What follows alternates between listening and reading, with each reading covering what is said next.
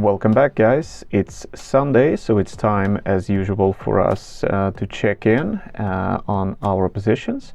And as you probably already know, if you follow my channel, we are going to be looking at Brent oil, uranium, copper, and wheat. So we're going to start with Brent oil, and we have a short position here, and if I'm just going to zoom out, it is actually a double short position. So let me just zoom out a little bit. And we entered quite some time ago, almost soon a year ago, just 1 month after Russia attacked Ukraine. That is when we decided to take our first short position, and then a few months later in late summer, basically, we just doubled down on this position again. So this is a double short position, and since then, as you can see, in the beginning, well, not much happened. We just went sideways, but then all of a sudden we got this beautiful downtrend with lower lows and lower highs. And this is simply because I saw an opportunity that with the war on Russia, the world's economy I expected it to start slowing down, and also West would take its amazing opportunity to hurt Russia. Russia is making a lot of money off oil, and if there is a possibility somehow to push the price down, well, the West will take it. And look what happened. It is happening. The price is slowly but surely going down in a very beautiful trend. We had, as I mentioned before, we had this lower lows and lower highs, and we had this beautiful resistance cloud that continued to push down the price until this move. And I would say that this is OPEC Plus trying to manipulate, and I do use the word manipulate because they more or less said so themselves, and the market by simply reducing the production in order to stabilize, as they call it, the price, simply just keeping the price up so they can make more money. That did give us quite a scare, but we stuck to it.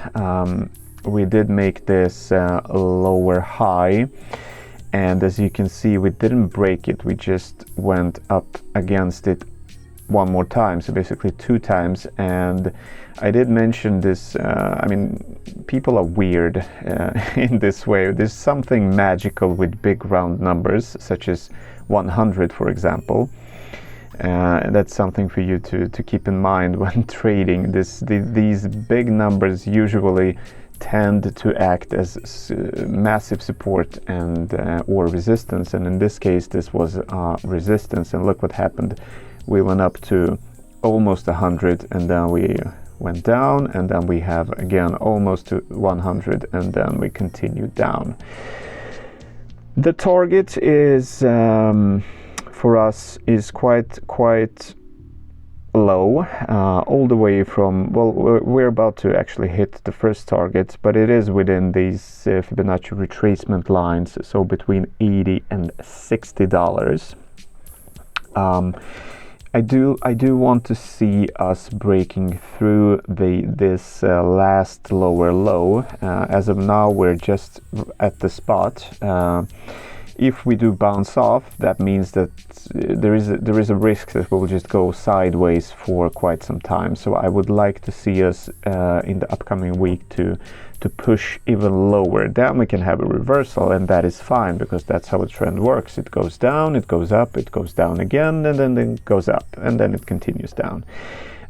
So if we zoom through that and then have a reversal, that is good for us. That is normal, healthy movement for a trend.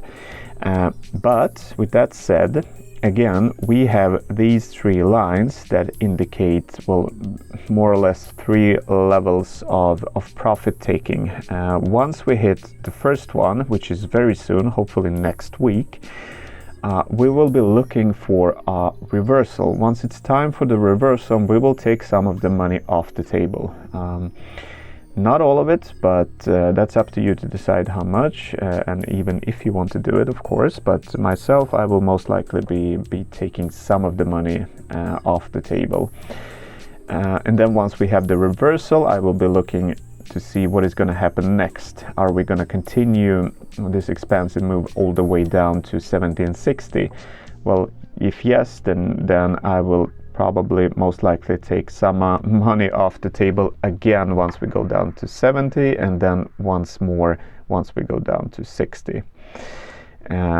Depending on what will happen, maybe there's even a possibility that we're going to continue below the 60. Well, but as of now, we're just looking for this first target, which is $80, and we really want to break this last lower low before we get a reversal, because if we get that, then this is a very healthy downtrend that will continue. So crude oil is looking very good for us. Double short position, we are still in it, we are going strong, and it's a good week for us. Let's move on to uranium. And uranium, nothing has happened in uranium this past week. There you have the Friday and then Monday, and it's just these tiny moves sideways. So we are more or less in exactly the same position we were last week. So nothing has happened. And as you probably remember from my last video, last Sunday, what I said was, yes, we did have this massive sell-off, and yes, we did break right through the cloud, but is it time for us to panic? No, it is not time for us to panic. We are still within the measurement for this expansive move. If we break this line, then yes, it is time for us to panic. But right now we did have a sell-off, but we also slowed down completely, more or less to a complete halt. And now I want to see a reversal. I do not want to see a continuation down, because if we get that and we get below this third Fibonacci line level, then we're gonna exit this position. But as of now, no, we're just gonna give this another week to see what is happening, because this previous week nothing happened. We just moved sideways. So it's it's a wasted week. So in uranium, we're just gonna sit tight for one more week, and we'll see what happens next Sunday. With that said, let's move on to copper. And as you probably know, again, if you're following my channel, we are not looking at the daily on copper, because copper is a very long play for us. We're going to be looking at the monthly chart. And why is copper a very long play for us? Well, for me, copper is a good indication of where the world is. If we have a recession, well, the copper just goes down, simply because just pretty much as with oil, people are stopping to. People are not buying stuff, so why would you need copper? But with that said, we have a beautiful expansive move, and then a beautiful sell-off just smack in the middle for this Fibonacci retracement, again between these lines. And as you can see, we just stopped right in the middle. So we had this massive move, and then we had a slowdown, and now the cloud comes into play. Now we also have the Fibonacci retracement coming into play, and starting to reverse and push back the copper price.